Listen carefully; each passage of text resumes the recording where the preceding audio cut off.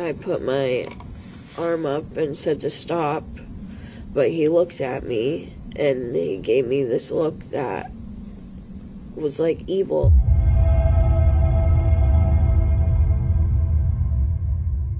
Hi, and welcome back to another episode of True Crime Producer. I'm your host, Chantal. We are going to take a look at Kayla Montgomery's testimony. I believe it's day 3 of the trial involving the murder of Harmony Montgomery. Ladies and gentlemen, whenever the state is ready, you may call your next witness. Your Honor, the state calls Kayla Montgomery. How they first walk in is always really interesting to me. I feel like it says a lot about how they feel in terms of like remorse or lack thereof.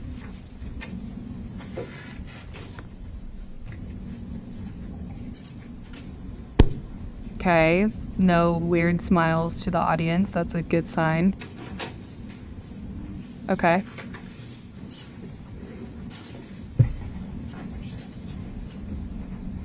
Remember her ex-husband, the father at Harmony, did that. If you can just remain standing and raise your right hand. Do you swear that the testimony that you're going to provide this jury will be the truth and nothing but the truth, so help you God? I do. Make yourself some water there.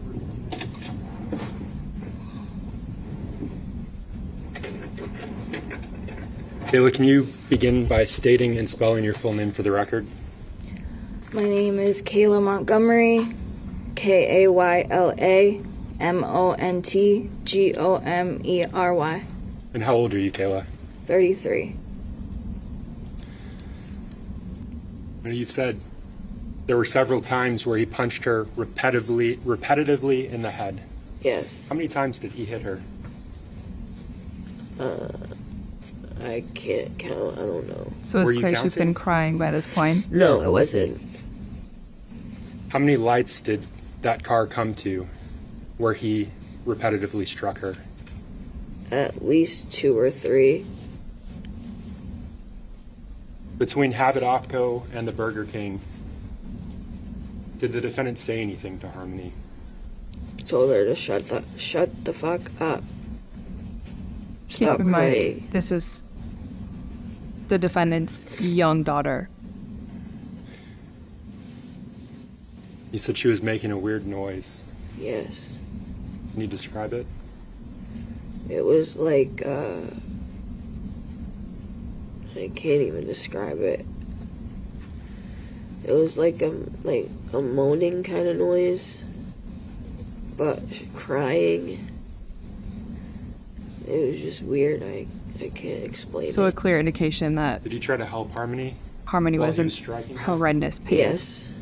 Tell the jurors what you did to help, to try to help.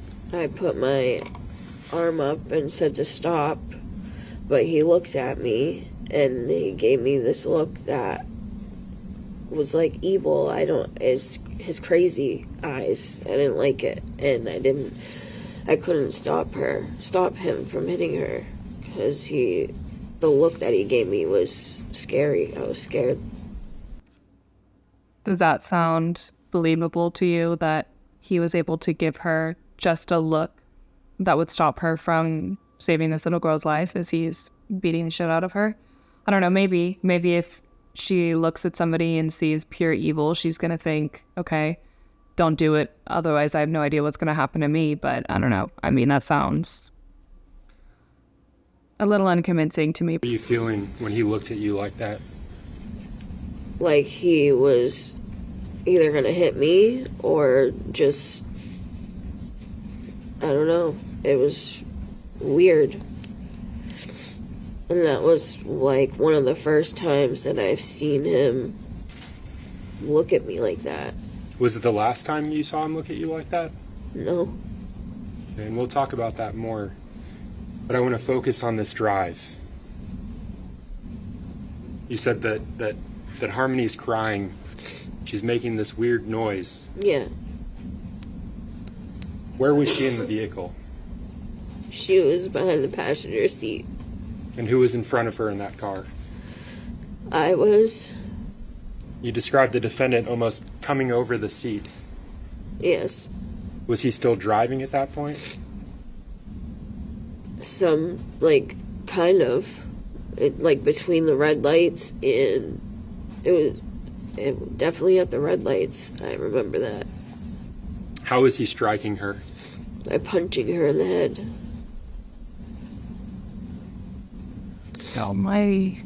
Where were your other 2 children at that time? In the back seat. And what were they What? doing? They had no idea what was going on. I did not realize How that old she were had they? other children in the back of the car. Seamus was about 2.5, and Declan was 11 months old. Okay, so babies. Did you look back at Harmony at any point? No, Why not? because I was scared. What were you scared? So he's driving, she's sitting in the passenger seat, and she doesn't even turn around to take a look at Harmony, even though she hears these moaning, crying sounds that she identifies as weird. If Adam was going to say something, or if he hurt her really bad, it was going to look really bad. You were scared of what Harmony would look like? Okay, so what we just saw there was her name Kayla Montgomery? So what we just saw there was Kayla Montgomery, or part of her trial. It's tough because clearly she's suffering, she's struggling. I think, just from those 5 minutes, it appears like she was also a victim to the defendant, who beat the shit out of Harmony, and perhaps we'll learn later if he ever laid hands on Kayla as well, but I wouldn't be surprised based off of that testimony. And so, it creates a complicated relationship, because remember, Harmony was not her blood child ever, was not her biological daughter. So maybe she felt like she didn't have as much loyalty to her. Maybe she would have acted differently if one of her biological children were being, repeatedly hit over the head by this monster. But is that an excuse? I don't think so. This woman watched her partner kill his own daughter. She was helpless. How old was she again? I think she was 5. So Harmony Montgomery was just 5 years old when she was killed by her own father. It's hard for me to say because I've never been in, those shoes, thankfully, but I do think as an adult, you have responsibility to speak up and to, honestly, throw yourself in front of a child that is being killed. And the fact that she recognized the sounds, the moaning sounds, knew it was unusual, was scared to even look back at her because of how bad she thought she was going to look. Bad Harmony was going to look.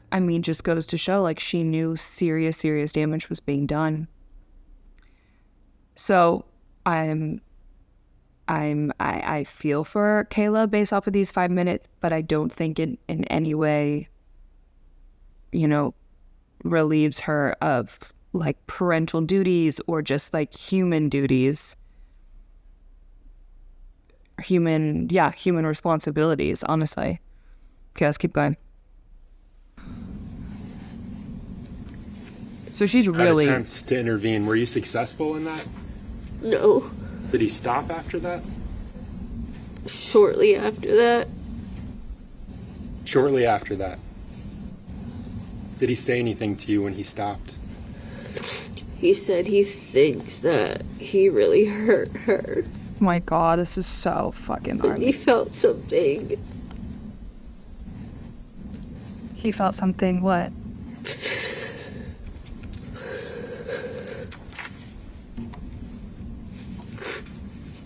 When he said that he thinks he really hurt her, where was the vehicle at that point? At Burger King? At the Burger King? Yes. And what did the defendant do after he stopped hitting Harmony, after he said, I think I really hurt her? Nothing.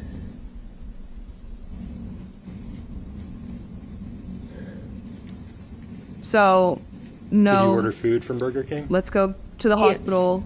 Okay, that part kills me. So he says he thinks he really hurt her. He felt something. I wonder if that means physically, like he felt something pop or something like that, or just like maybe bones cracking. And then goes and orders a burger. Like, what the hell? That is just absolutely beyond. Where was Adam when you were ordering food from Burger King? In the driver's seat. Did you go inside to the Burger King or something else? No. I don't remember going in there. Did you go through the drive-thru? Yes. And so who ordered the food? Adam did. They're just really painting like a And what did you super do with the accurate food picture. that he had ordered? Ate it, gave some to the kids So did they turn around and see Where Harmony were you then? when you ate the food? in the parking lot Which parking lot? of Burger King. Now, the kids were behind you at that point. Yes. Is that what you testified to? Yes. And who gave them food? I did. So, Did you see Harmony when you were giving them food? No. Why how? not? Because she was under the blanket. Who put her under the blanket? Adam. How do you That's eat? the same blanket that you mentioned earlier. Yes. The same blanket he would cover her with? Yes. I bet they knew, like, she's probably Where been did you a- go from the Burger King parking lot, Kayla? Went back to Colonial Village And how did you get there? with the vehicle. Adam driving. Was Harmony still under the blanket when you arrived at Colonial Village? Yes. She wasn't moving. And that moaning that you mentioned, that weird noise that she was making, was she still making it? No. How long did that noise that she was making last? I don't remember. It wasn't. Oh my god. I don't remember. Imagine eating your I don't remember burger, if it was too long. I don't remember if it was after we were at Colonial Village. eating your burger with a dead 5-year-old next to you under a blanket. Like, what the hell? I mean, that's just pathological. Village for a little bit, or if it was before. That moaning, did it eventually stop? Yes. Did you check on Harmony at any point after the moaning stopped? No. Did Adam? She has to know she sounds like Why didn't you complicit check in on this. her? Because I was scared. No. But you're also, you know, When you arrived at the an Colonial adult. Village parking lot, when you arrived back there, what did you and the defendant do? We got drugs and got high. When you say we got drugs and got high, what drugs did you get, Kayla? Heroin and crack. And the car died when we got to the traffic light. And it wouldn't start or anything. And so we were stuck without a vehicle. What was the defendant For the doing when kids. the car died? He was trying to get a jump, and there was no jumping the vehicle, and so we ended up having to leave it. And when we were getting out of the car and getting the kids out of the car, Harmony had passed away. Oh Let's my talk about god. When you say Harmony had passed away, when did you realize that Harmony had passed away? When Adam was trying to wake her up and she didn't. Holy shit. That's fucking horrendous. So, I mean, there were a lot of things there that she talked about that stood out to me, but I mean, one, she's going in her and Adam were going and picking up drugs and then getting in a vehicle and driving again with the kids. I mean, it's just like example after example of, you know, horribly irresponsible parenting. I mean, yeah, the I don't know. That's the issue with parents who are drug addicts. Like, I just find it hard to believe that a parent that is actively using drugs like heroin and crack is also going to be a responsible parent. I mean, often we see people that are addicts that aren't even able to take care of themselves. So the fact that they could take care of an 11-year-old or a 2-year-old, I mean, regardless of if they're laying hands on them or not, which goes back to the original problem of like, how was Adam ever even able to get custody of Harmony with his violent offender past and his drug use past? It's just like paints a really, really dark picture as well.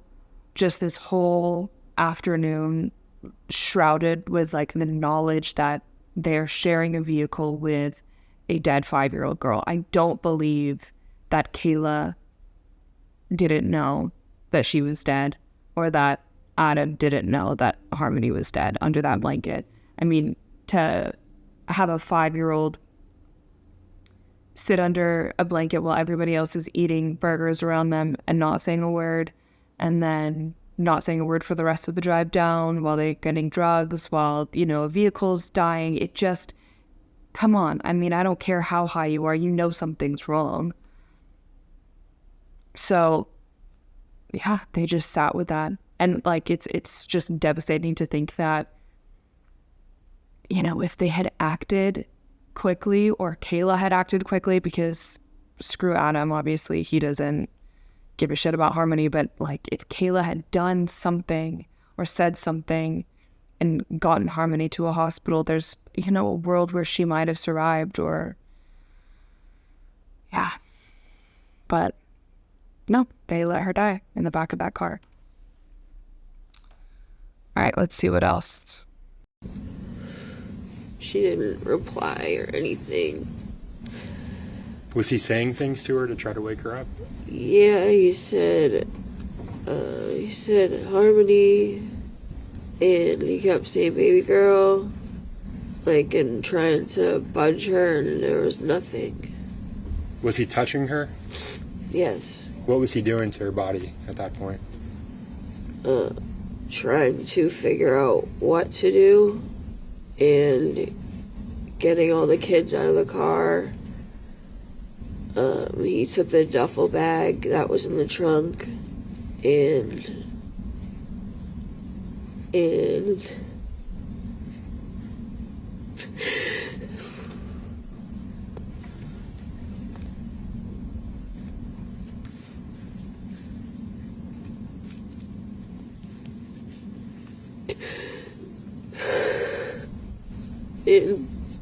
put her in the duffel bag. This is really gnarly because obviously it's very traumatic for her to recount, and she's being portrayed in this way where she is, you know, a victim. She's scared about him. She never acted up. She never said anything because she was scared of what he was going to do. But when you look at it from a more zoomed out perspective, to me, it seems like she's very complicit. She was sitting in a passenger seat, getting high with a murderer. Never checked on Harmony, didn't even bother to look under the blanket, didn't stop him, scream at him to pull over, any of that, and now she's dead. So yes, there's, you know, part of it where if everything she's saying is true and it went down like this, that where she, you know, is a victim, but she's also complicit. What do you guys think?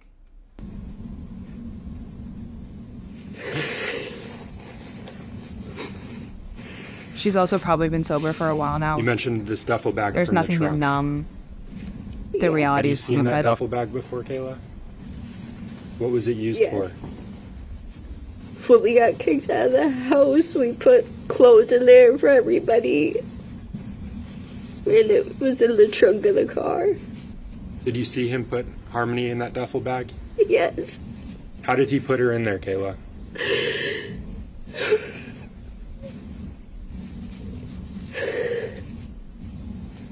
He, like, folded her in half and put her in the double bag.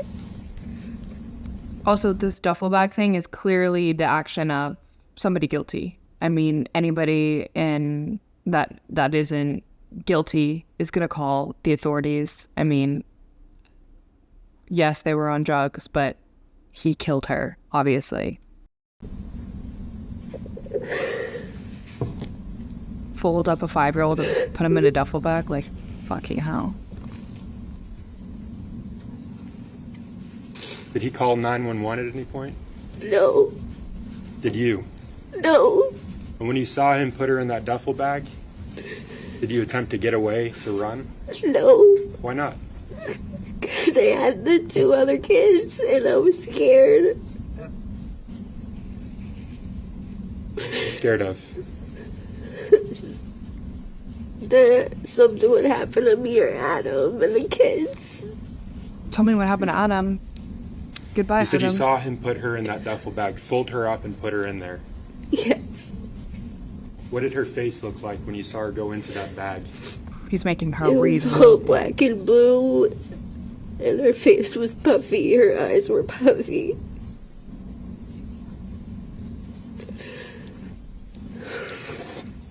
From having the shit beat out of her. Did he say anything to you after he put her in that duffel bag? I don't remember.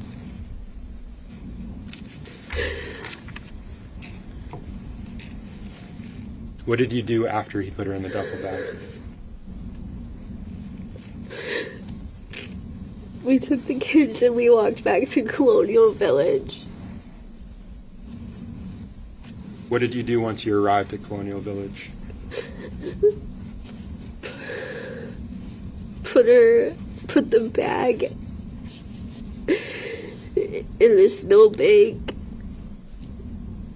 so Anthony wouldn't see it. I'm sorry, so that who wouldn't see it, Kayla? Anthony. That's Anthony Badero. Yes. Where was the snowbank that you put?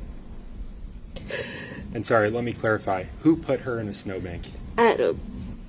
Where was that snowbank that he put her in? In the embankment from the parking lot. What was around that snow embankment?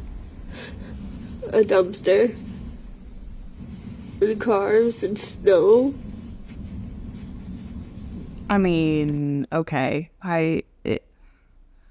Honestly, it's kind of speaks for itself. Like, no parent is going to treat their child like that. No decent human being is going to treat a stranger like that. I mean, this is just point blank. Again, if what Kayla is saying is true, and I'm inclined to believe her based off of this testimony. Obviously, I have to watch more, but you know, sometimes when you watch testimony, you just have a gut feeling like they're lying. She seems like she's telling the truth to me, at least.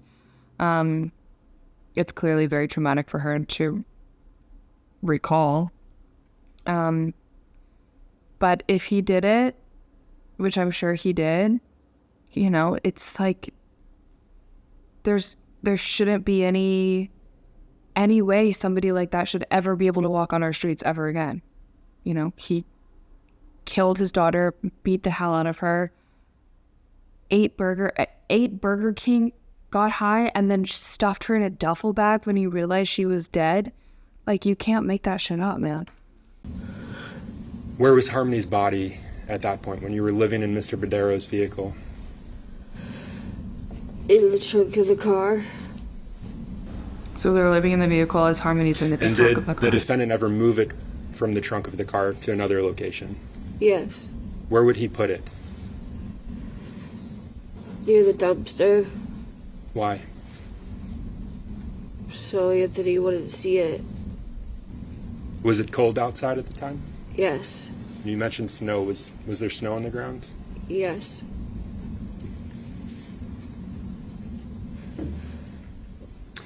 Did something happen to the vehicle that first night you were staying in Mr. Badero's car? Yes, the battery died. What did the defendant do when the battery died? Used somebody's phone and called Miss Frayne. Is that Kimberly Frayne? Yes. Are you aware of him communicating with any other people regarding the dead car? Not that I remember. At that time, did the defendant have a Facebook account? Yes. Do you know if he had a Facebook account? I don't remember. I don't remember. But you recall a call to Miss Frayne. Yes. And what happened after that call? She showed up with a battery pack jumper to jump the car.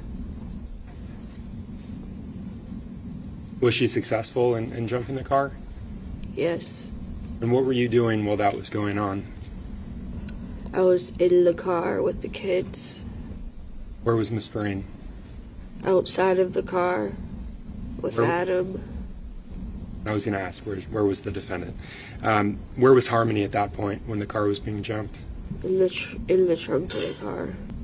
Now, Kayla, when Mr. Badero dropped you, the defendant, and your two children off, where was Harmony's body? In the duffel bag. And who had that duffel bag? Adam. And what did he do with that duffel bag when you got to your aunt's house? He placed it under the porch. And you pointed at the exhibit just now. If you could just hold it up and show the jurors where you're pointing. Imagine just carrying around your dead daughter in a duffel bag from location to location. I mean, I truly can't think of like a more horrific way to live your existence, honestly. Like, you're going to be sick to your stomach 24/7 that you're going to be caught. And then it's also just a constant reminder of what you've done. And I think any mentally healthy person would have that reaction. The fact that he just continued to do this is like absolutely mind-blowing. And then also Did you end up seeing your mother? keep her dead body around their Did you other end up children. seeing your mother that day? Yes. How did you come to see her that day? She came to pick us all up, myself, Adam, and the kids, the two boys, Where was Harmony at that point? in a duffel bag. And how did your mother pick you up? How did she arrive at your aunt's home? She came in her van. And what happened to that bag that Harmony was in when your mother came to pick you up? We put it in the van. And when you say we put it in the van, who put it in the van? Adam.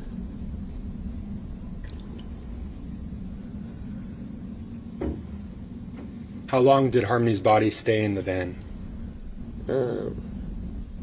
Probably about 5 to 10 minutes. Was it in there while you were traveling somewhere? Yes. Where were you going? To my mother's place. Did the defendant keep Harmony's body in the van? For the drive, yes. What did he do with Harmony's body when you arrived at your mother's home? He took it out of the van and put her on the side near the trash at first until he figured out where to put her.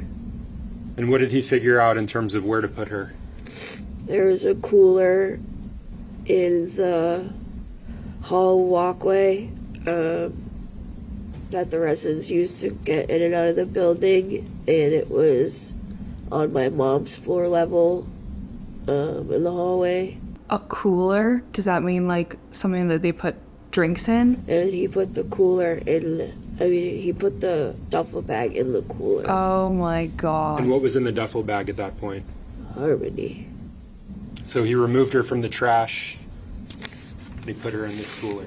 Yes. The body Imagine was still in the duffel bag. reusing that cooler later. Holy shit. Also, imagine being the mom and like finding this out later, because it doesn't sound like the mom knows.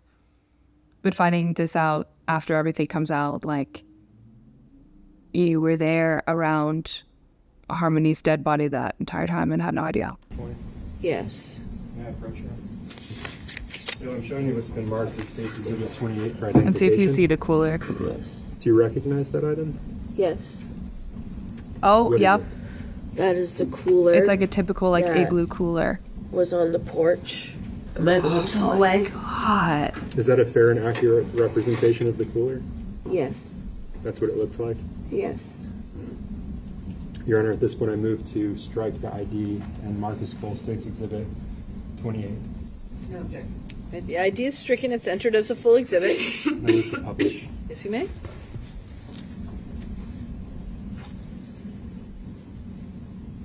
Wow. I mean, true. Like, I keep thinking about being one of those residents who probably used it after. So, like, he was considerate and was going to wash it out. Oh, my God. Okay. Well, those are the main those are the main parts of Kayla Montgomery's testimony from day 3. Clearly a horrific case of child abuse and negligence and just bad people, honestly. Like, they are bad parents, just about as bad as they can get, honestly. I'd love to know what you guys think about the testimony as well. Like, were you convinced by Kayla? Obviously, it's a horrible story all around, but what are your thoughts on it? I'd love to read some of those. But yeah, that's it for us this week. I hope to see you next week. Bye.